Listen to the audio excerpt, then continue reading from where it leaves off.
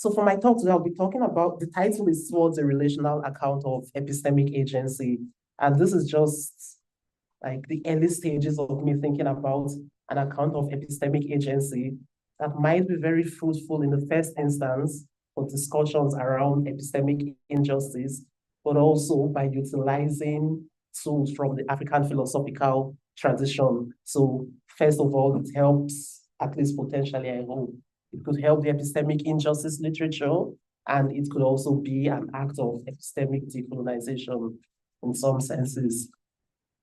Now, when we talk about epistemic decolonization in most instances, we are referring to the epistemic dimensions of the harms that accompanied colonialism and the various ways that we could try to ameliorate it, especially for those who are living within these oppressive systems. And again, epistemic colonialism is what has motivated calls for epistemic decolonization. Now, when we think of harms with epistemic colonization, we think of the epistemic systems of the indigenous people being disregarded, being tagged as barbaric. These are some things that, for us, if you come from the tradition of the epistemic injustice literature, you might find useful tools to make sense of what's happening when, for instance, you tag someone else's epistemic system as barbaric. Now, these calls for epistemic decolonization, in most cases, can partly be theorized in line with the epistemic injustice literature. And even for myself, in my introduction to epistemic decolonization, the epistemic injustice literature was what sort of gave me that moment of enlightenment to think about epistemic decolonization in the first instance. Now, regardless of the similarities between the two, right, there are people who are skeptical of this claim that epistemic injustice is useful for epistemic decolonization. And one of the ways that we can think of this challenge is in what Mitova argued for as the white people stuff challenge, which basically is that epistemic injustice is white people stuff.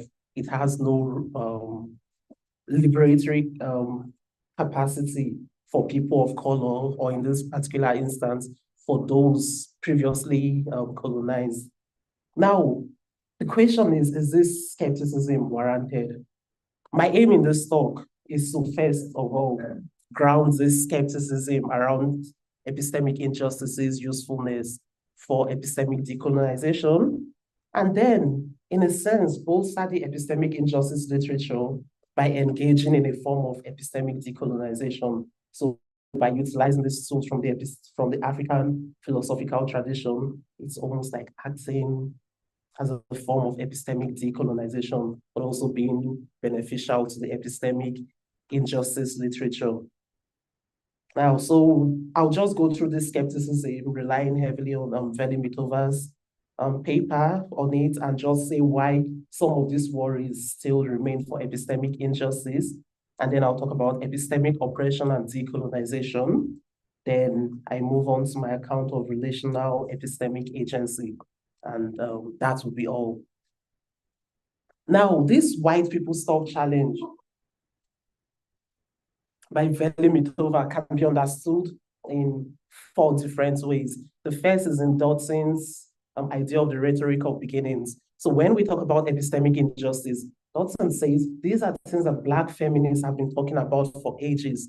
But the minute white women started talking about it, all of a sudden, there is this enlightenment that we should all engage with.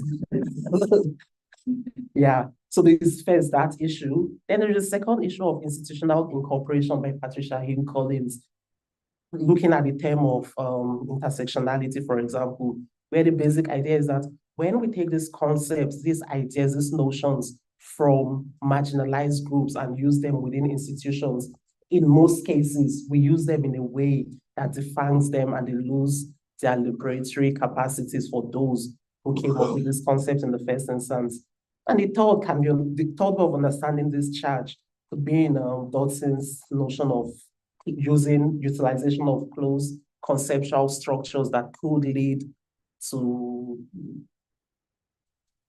contributory injustice, contributory epistemic injustice, where basically you think within a particular framework and every other thing happening outside of there, to your mind, they don't exist, they are not relevant epistemic tools. And then a false way of understanding this charge is that epistemic injustice in itself, the literature in itself, is intrinsically marginalizing in such a way that it can't be useful to epistemic decolonization. Now,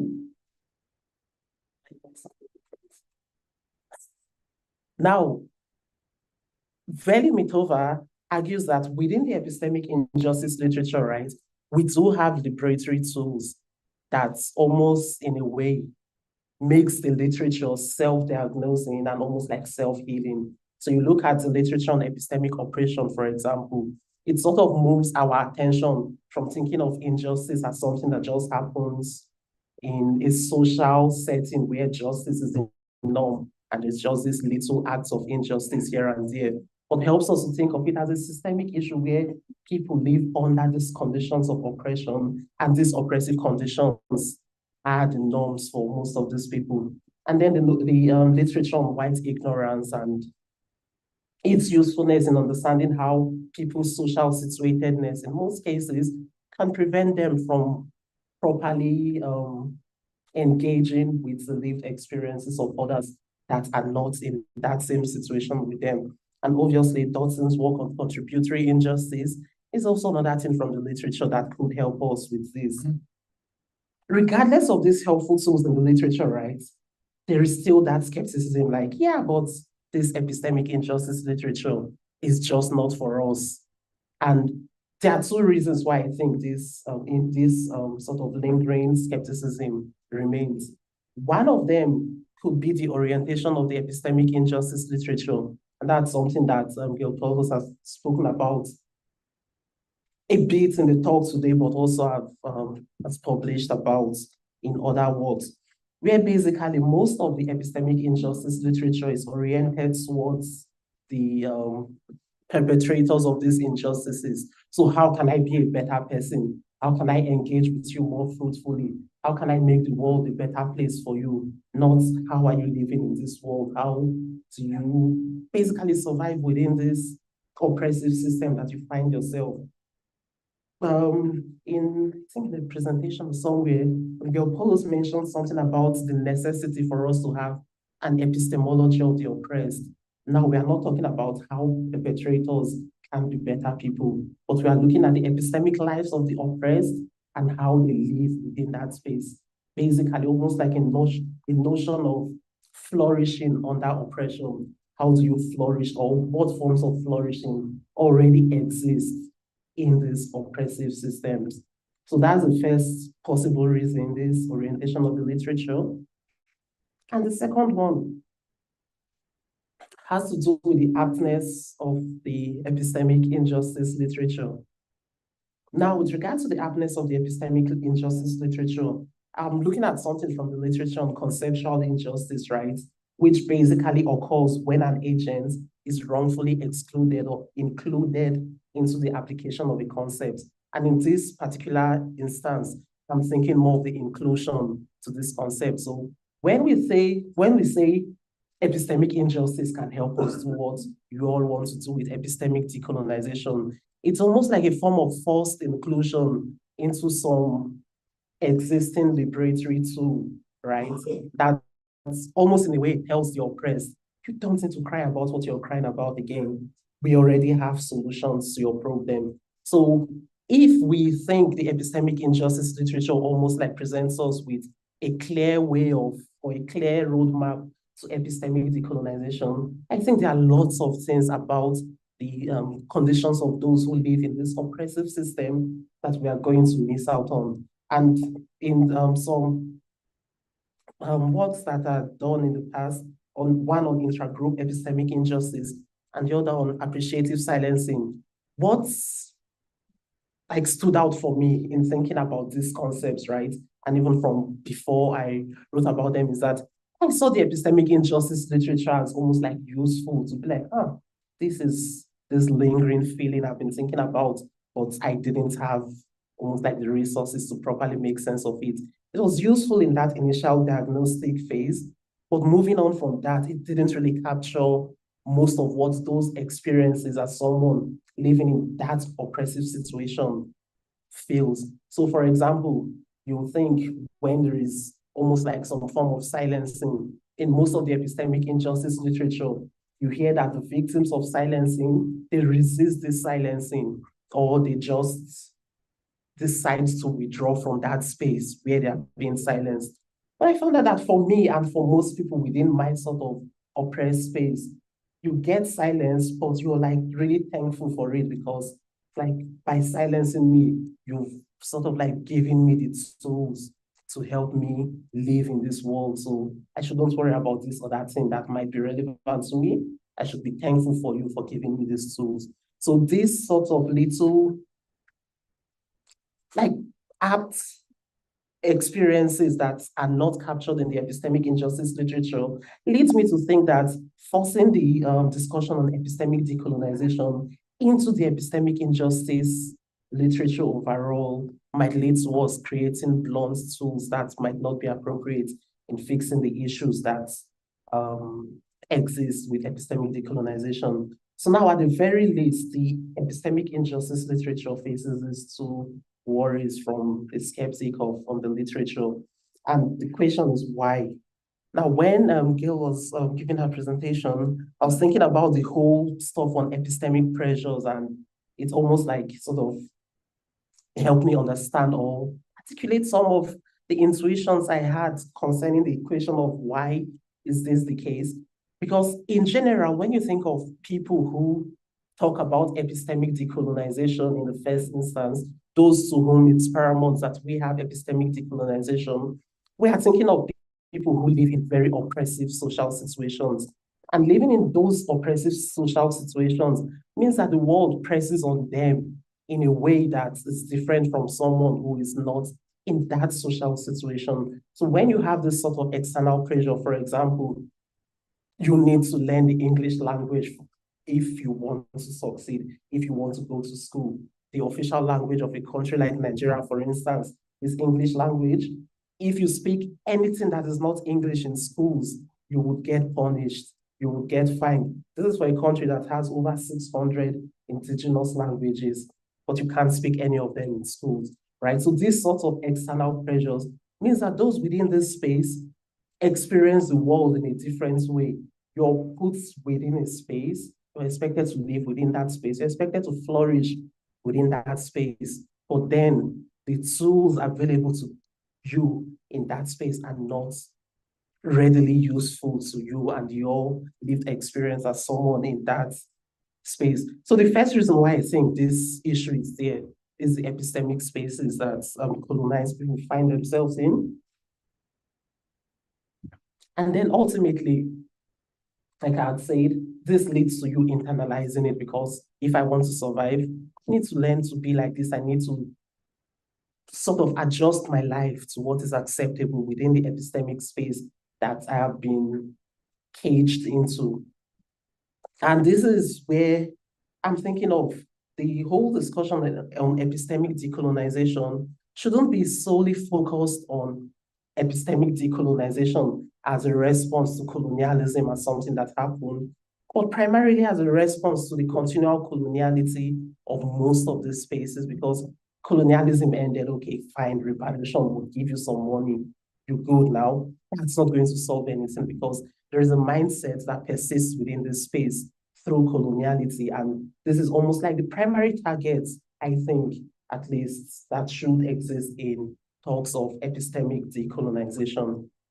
Now, if we take this seriously, and this is something that's already in the literature on epistemic decolonization would then, in the first instance, involve some sort of recentering of our perspective to the perspective of the oppressed, right? Those within these positions of oppression. And I mean, when we talk about epistemic decolonization more generally and colloquially, it's about, oh, let's think of the perspective of these other people, but in relation to what? And that's the crucial question. Are we thinking of it? Okay, fine, we'll give you a topic on African philosophy. It's now been added to the curriculum, you good. Is it that kind of addition, that sort of tokenization of diversity, or should it be something more about their perspective itself, their agency within these oppressed settings? And this is where what Moredo said in paper in 2002 about decolonizing philosophy specifically, argued that disbanding, like decolonization, should involve disbanding what we've accepted as a result of inertia rather than reflective, critical thinking or awareness. So when you say this is a way to sort of like gauge what it means to know something, why do you think that's the paradigm you should use? When you think of agency, for instance, I am an epistemic agent and this is how I should relate to the world. And these are the responsibilities and obligations attached to my agency. Why do I think of it like that? So these sorts of questions. Now, these definitions of epistemic decolonization reinforces the orientation and aptness charge against the epistemic injustice literature, right, in terms of its usefulness for people who are talking about epistemic decolonization. Now, a way around this for the epistemic injustice literature is basically center the debate around the marginalized and just avoid harmful inclusion. It's just like, yep, and then we are good to go. There's nothing to worry about again. Now, while this is almost like very quick and easy solution, part of what I want to do, because I'm not going to deny the usefulness of the epistemic injustice literature to me, to understanding my own experience of oppression and living in these oppressive spaces, it's been absolutely useful to me. So how can we sort of like make it better? What I'm thinking about is this notion of relational epistemic agency. And I'm primarily drawing on African philosophical traditions, right? Within African philosophy, we talk of Ubuntu as an ethical theory, and you talk of the idea of personhood in African philosophy is understood almost like in relational terms. So this metaphysical idea of as a person, what makes you a person, it's first of all by you being in a community, and then your communal relations with others in your community. That's what gives you your personhood. Let's say, when you think of the ethical utilization of this way of thinking, it's about right and wrong action. Right actions are those that promote harmony within a community, and wrong actions are those that promote discord within a community. So this sort of relational understanding of what the right and wrong is, and this relational understanding of what an individual is, or how we should understand an individual. And this is what I'm sort of like drawing on as inspiration for this argument for relational agency. And it primarily situates the subject within an epistemic community, and your agency and the possibilities associated with it are limited to and influenced by your communal relations. So when you think of an individual within a particular space, for example, how are you able to understand the world?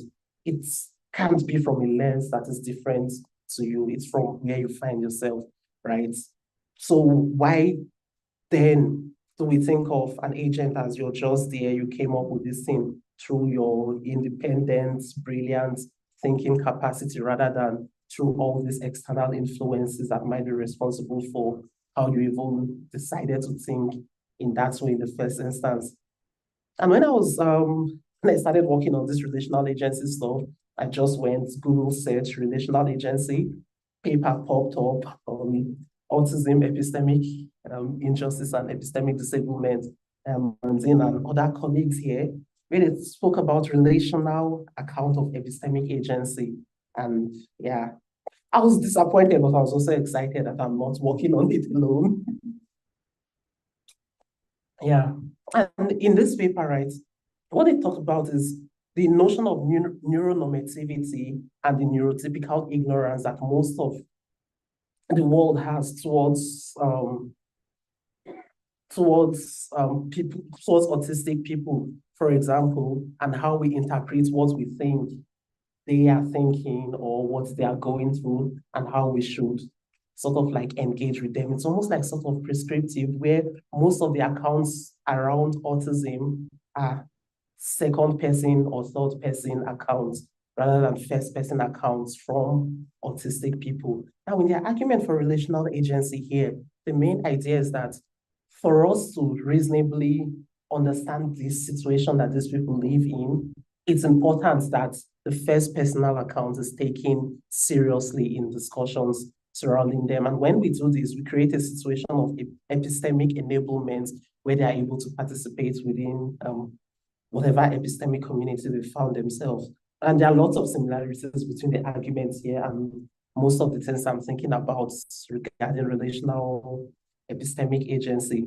Now, this notion of relational epistemic agency for me is grounded in the conceptual framework of communalism by Polycarp Econobe. And it just basically involves the idea that mutual dependence and organic relationship between communities and individuals like sort of like crucial to who we are and how we exist within wherever we find ourselves. And the main thing for me here that I'm looking at is the point on mutual dependence, right, on others.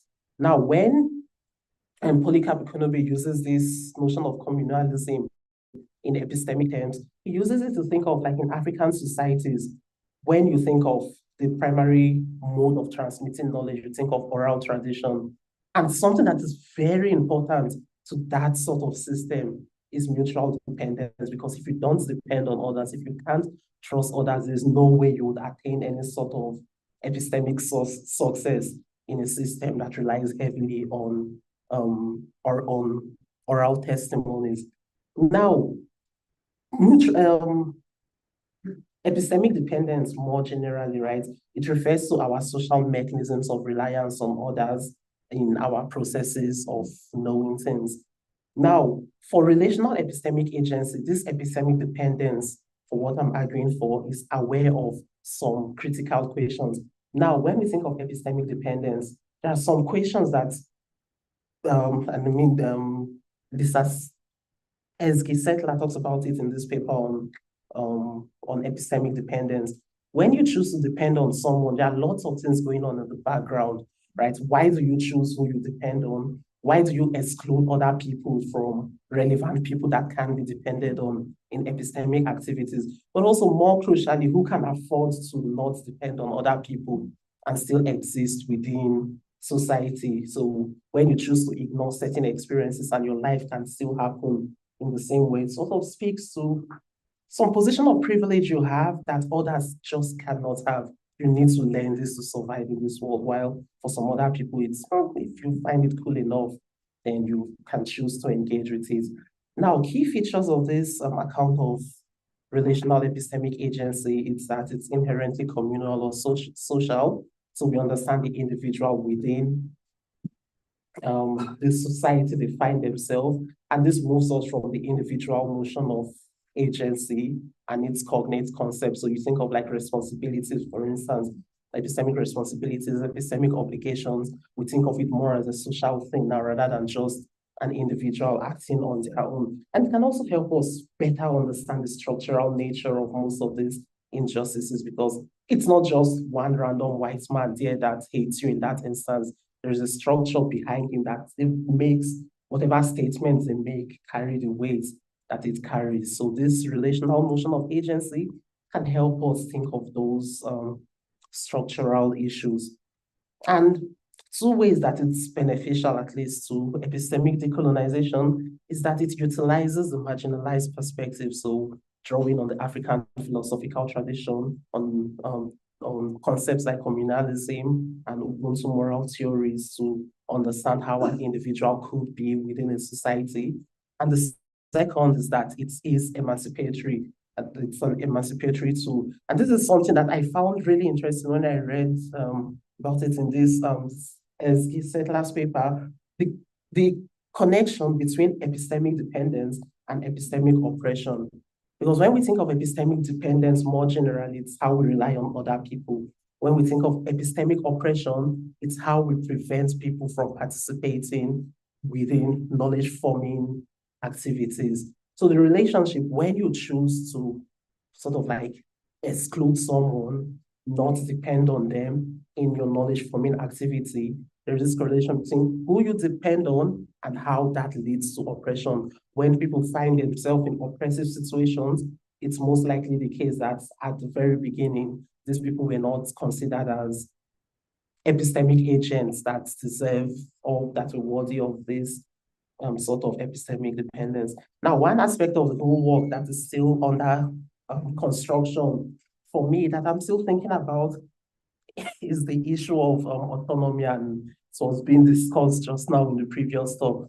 So if we think of our agency as being relational and situated within a community, how can we make sense of individual responsibility when we fail as epistemic agents? I have some preliminary thoughts on it, not well constructed yet, but I would welcome questions and suggestions around this issue.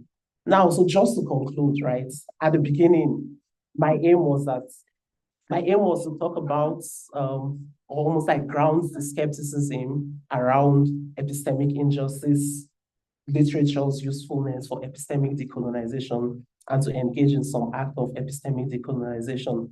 Now, the problem, I'd say, has to do with the orientation of the literature and its aptness for epistemic decolonization.